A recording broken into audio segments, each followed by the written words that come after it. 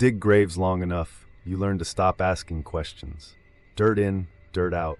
Rain or shine, I show up with my spade and my silence. But this one clung to me like clay on boots.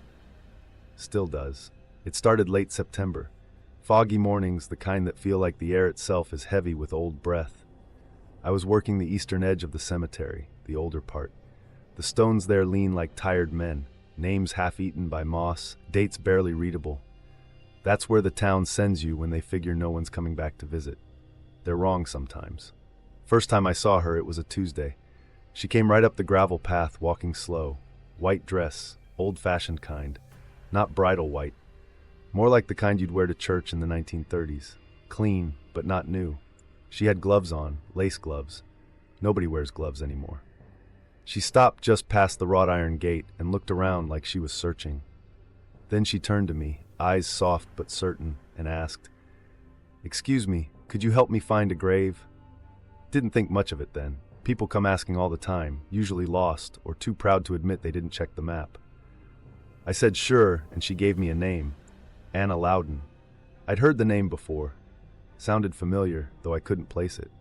So I told her I'd look through the registry after I finished up for the day. She thanked me, gave a small nod, and walked off toward the trees. Didn't even wait for directions. Next morning I checked.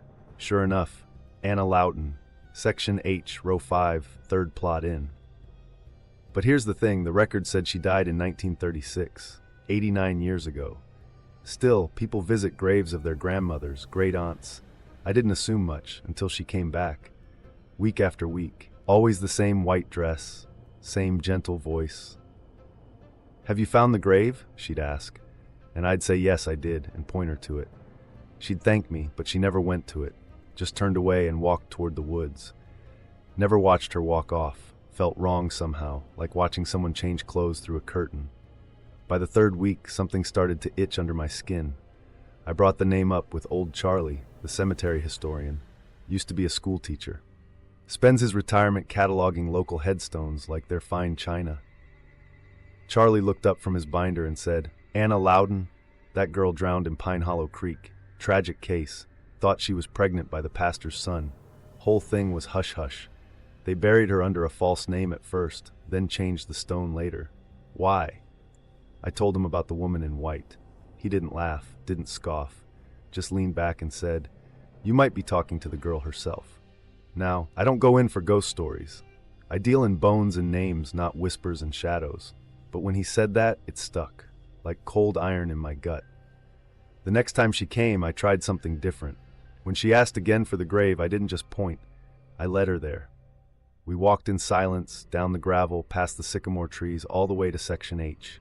I stopped by the headstone. Anna Loudon, 1918-1936. Simple carving, no flowers, no visitors. She stood beside me and looked at it for a long time. No tears, no shaking, just silence. Then she turned to me and said, "It's smaller than I thought." I didn't know what to say. She touched the top of the stone gently with one gloved hand, then asked, "Did they ever find the baby?" My blood went cold, but I kept still. Said I didn't know. She nodded, turned, and walked back the way we came. That was the last time I saw her. Weeks passed, then months. No more white dress on the path, no more questions. But I kept checking the grave. One morning I found a small bundle on it. Hand-sewn baby booties. Yellowed with age, like they'd been in a drawer for decades. No one else had been in Section H for weeks. Sometimes I wonder if she found peace, whatever that means. Other times, I think she was never looking for peace, just wanted to be remembered right, given her name back, given her place. When you dig graves, you learn the living forget, but the dead remember everything. For near 37 years. Started when I was 19, out back of the old Lutheran cemetery near Pine Hollow. No machines then, just you, a shovel, and time. The kind of work where you learn early to keep your mind still and your eyes down. But one evening, I remember it clearer than anything else, I was called out to do a rush job. Family wanted a morning burial. Said they were traveling in, needed the spot ready before sunrise. Was late autumn. Leaves had turned but hadn't dropped yet. I got there just past dusk, lantern swinging from my cart, the wheels squealing in that way it always did when the air got damp. It was plot 4B, second row from the back fence, up against the tree line. I'd worked that corner plenty, quiet, a little out of the way. No city lights reach back there, just shadows, wind through the trees, and whatever small things move in the brush. Ground was soft from last week's rain, made the digging easier.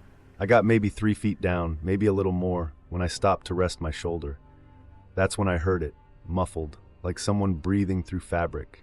Faint, but there. I froze. At first I thought it was the wind. Happens sometimes. Wind hits a stone just right and it moans. But this weren't that. It came again, muffled, wet, like someone crying, but not loudly, just under their breath. Like they didn't want to be heard. I stood there, not breathing, not blinking. I listened. It came again, short, low sobs coming up from under the soil. Not far, maybe 2 feet below my boots. Now listen. I ain't never been one to jump at shadows. You do this long enough, you see all kinds of things. Grief does strange things to folks. I once saw a woman wail so hard at her husband's casket that her voice went silent right there at the grave. But the dead don't cry. I crouched down, ear just above the dirt. The sound was clearer now. Definitely human. Rhythmic, desperate. I checked my chart again. The plot hadn't been used before. It was fresh ground, no prior burials, no markers. I even walked the perimeter. Sometimes graves get misplaced, especially with older records, but this one was supposed to be empty. I stood there a while. Then I knocked on the side of the pit wall just to see if it'd stop. It didn't. Now, here's the thing. You can't just call folks about something like that. You call the boss, he'll laugh. You call the cops, they'll roll their eyes. So I did the only thing I could do. I kept digging. The deeper I got, the clearer the sound became. And then just after I broke the 5-foot mark, it stopped. Dead silence. Not the wind, not the trees, not even the crickets. Just a stillness, like the ground had taken a breath. I stood there, my shovel halfway in the soil, sweat cold on my back despite the autumn chill. I waited. 1 minute, 2, then I knelt, brushing the dirt aside with my hands. That's when I found the fabric. It was old, decayed, but fabric still, buried about 6 inches deeper than regulation. I clawed more of it out, a faded suit jacket, rotten at the seams, no coffin, just the suit and beneath it, bone. I sat back, heart thudding against my ribs like it was trying to get out. The site hadn't been registered, no record, no funeral, but someone had been buried there. I refilled the hole, didn't report it. What would I say? That a ghost cried from a hidden grave? Next day, the family came. I pointed them to a new plot, said that one wasn't suitable.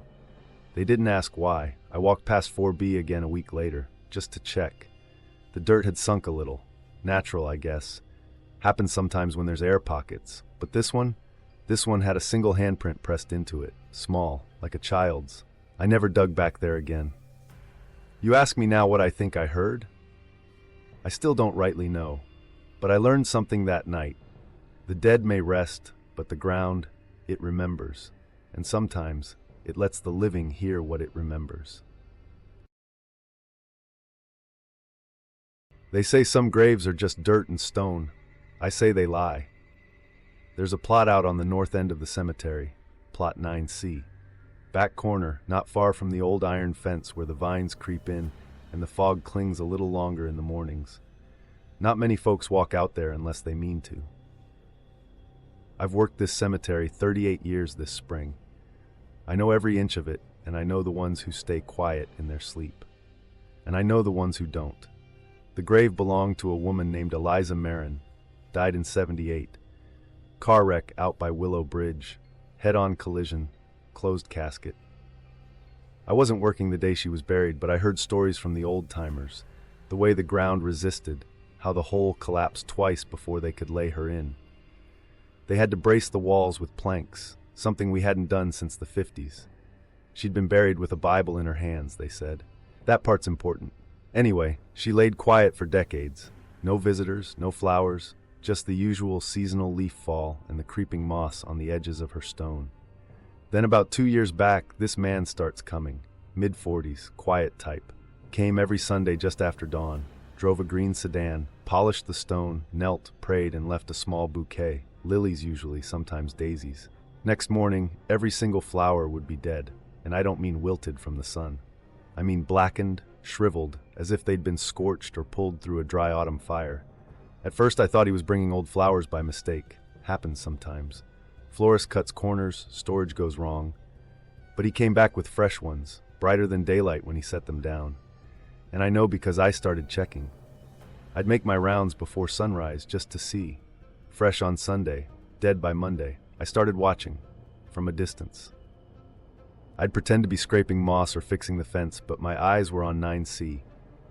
One morning I was there early, real early. The ground still clung to the night chill, fog low enough to drag against your knees. I watched him kneel like always, lay the flowers down, whisper a prayer, something quiet and personal, and walk away. The second he left the gate, I walked over. The bouquet was perfect, damp from dew, tight stems, soft petals. I even bent down to smell them. Nothing, no scent. Not like faded flowers, like they'd never been alive in the first place. I marked it in my log and went back the next morning before sunup. The petals were curled in on themselves, stems bent at sharp angles like they'd snapped inside, mold already creeping along the edges. So I tried something. I left flowers myself. Not daisies, not lilies, just a branch of cedar and a sprig of rosemary. Old protection plants, if you believe in that kind of thing. Next day, still fresh. So I started asking questions, discreetly. Turns out Eliza Marin wasn't just a quiet churchwoman. She was the town's midwife in the 60s and early 70s. Helped birth half of Willow County, they said. But some babies didn't make it. Happens, sure, but there were whispers that she started choosing which ones to help, that some mothers didn't want her but had no one else, that something followed her home after one of the births went wrong, something she tried to bury. And one day, she stopped delivering altogether, said she'd done enough harm. When she died, they say her Bible was open to Isaiah 14:11. Your pomp is brought down to the grave, and the worms are spread under you, and the worms cover you. Her husband put it there, didn't attend the service, and that man who visited her grave, he never told me his name. But I know a grieving son when I see one.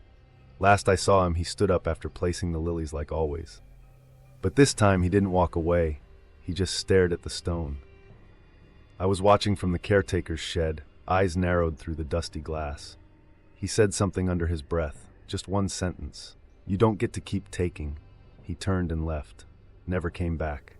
I walked out the next morning, no flowers, just dirt, as if nothing had ever been laid there, and the stone, it had cracked, right through her name. I don't tend 9C anymore. I don't even walk past it if I can help it, but every now and then, I see a small pile of dead petals at the base of her grave. No stems, just the petals. Like whatever's down there still thinks it can be given beauty, but the ground knows, and the ground don't forget. Some things you learn early in this line of work. Graves don't dig themselves, the dead don't get up, and stones don't walk.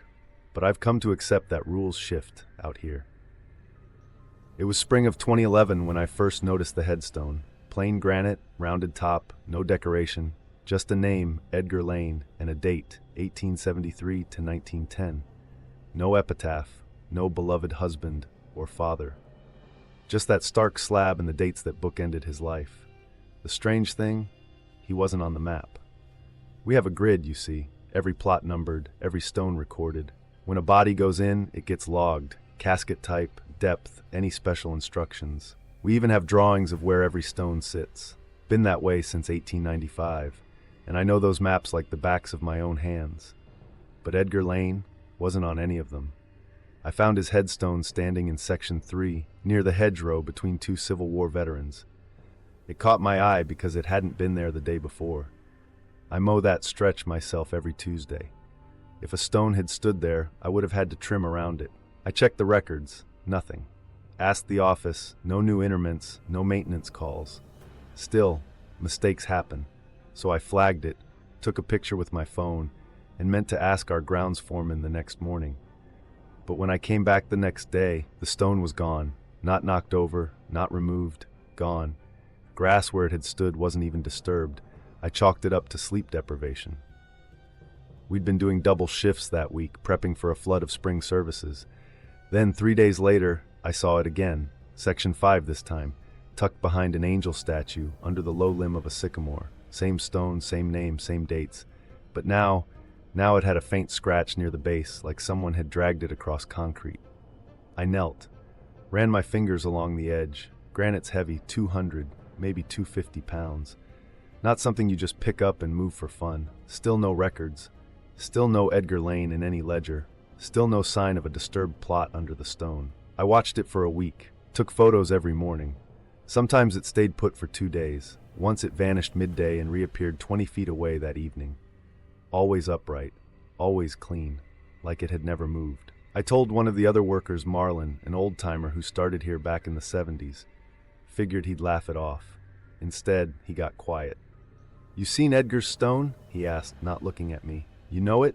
"I've seen it," he said. "Twice. First time in '88, second in '02, same thing then. Shows up, disappears, never lasts more'n a week." "Who was he?" Marlin shrugged. "Nobody I know. Some say he was a drifter buried outside the old church lot before they moved the fence. Some say he worked here once, grounds crew back in the 1910s. Took a fall into an open grave, never got pulled out. Stone just shows up when it pleases." I didn't want to believe it. Still don't. But the next morning, it was gone again.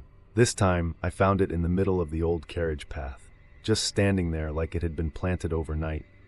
I tried to move it, wanted to see how it sat, but when I put my hands on it, it was ice cold, and the ground beneath, bone dry, no indentation, no scuff marks. It hadn't been dragged, it hadn't been placed, it had appeared. That night, I took out the records again, pulled the oldest books, the handwritten ones, scanned every name, every plot, no Edgar Lane. But I did find something, an old maintenance log from March 1910.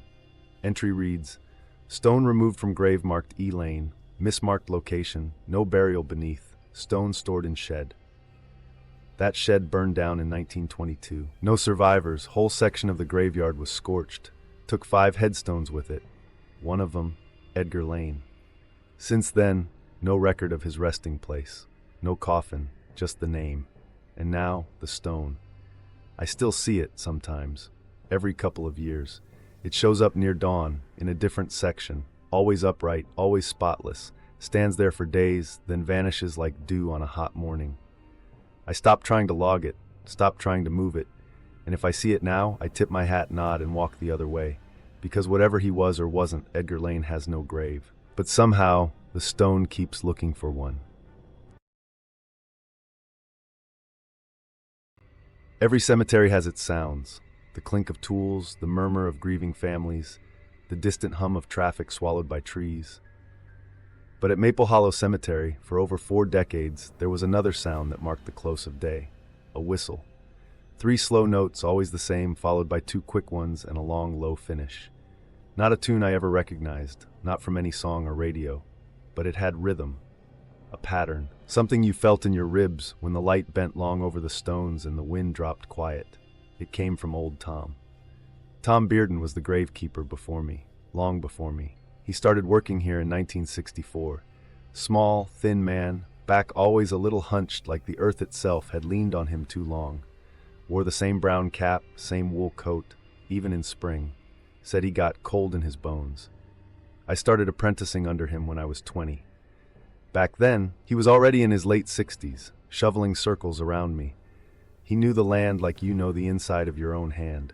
Every plot, every name, every tree that leaned too far west, and every evening when the sun dipped behind the old elm at the far fence line, he'd whistle that tune.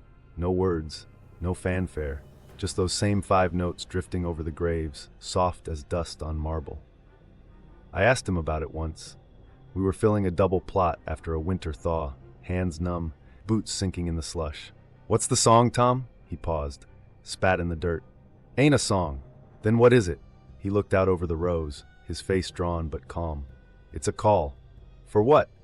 Tom didn't answer right away, just leaned on his shovel and stared into the distance like he was seeing through the land, not at it. "Something lost," he finally said. "Something that listens." He whistled right then. Same notes, soft, and when he did, the crows perched in the old willow tree all turned their heads at once. He died in 2007. Collapsed just after locking the equipment shed. They found him face down, hands curled, boots still muddy. He hadn't been sick, no warning, just done. We buried him up on the ridge, lot 17, corner near the stone bench he liked to sit on at lunch. I put the marker in myself, brushed every letter clean. His cap still hangs on the hook inside the shed. The evening after we buried him, I stayed late. Couldn't say why. Maybe I just wanted to sit where he used to. Maybe I thought he'd still be around somehow. That's when I heard it. 3 slow notes, 2 quick, 1 long, soft, almost not there, but clear as the bell in the chapel tower. I stood, turned in a circle. The cemetery was empty. Wind still, sun just about gone, but the whistle kept coming. Same tune, same pace, same direction, up on the ridge, from his grave. I didn't move. Just stood there, listened until it stopped. Took about 20 seconds. No echo, no birds. Next night, same thing. And the night after that, always right at dusk, always from the ridge. It's been 18 years, and every evening, just as the light bends over the stones and the wind drops off, it comes. That whistle, soft, worn, patient. I've stopped wondering what it is. Some say it's the wind through the fence. Some say it's in my head. But I know better. It's old Tom calling. Still waiting, still listening. And one day when I go the same way, boots muddy, hands curled, I reckon that call will be for me. And maybe, just maybe, I'll answer. Thank you all for joining me on these journeys. Your support means everything, and I love reading your reactions and personal experiences in the comments. If these stories kept you on the edge of your seat or gave you chills, please hit that like button and consider subscribing for more haunting stories. Have you ever experienced something similar? Or perhaps you have your own unexplainable story to share? I'd love to hear your thoughts in the comments below. Each of your stories adds another layer to our growing community of horror enthusiasts. And if you think someone else might enjoy a good scare, don't forget to share this video with them. Stay tuned for more spine-chilling stories, and remember, sometimes the scariest tales are the ones that could happen to any of us. Thank you again for watching, and I'll see you in the next video, if you dare.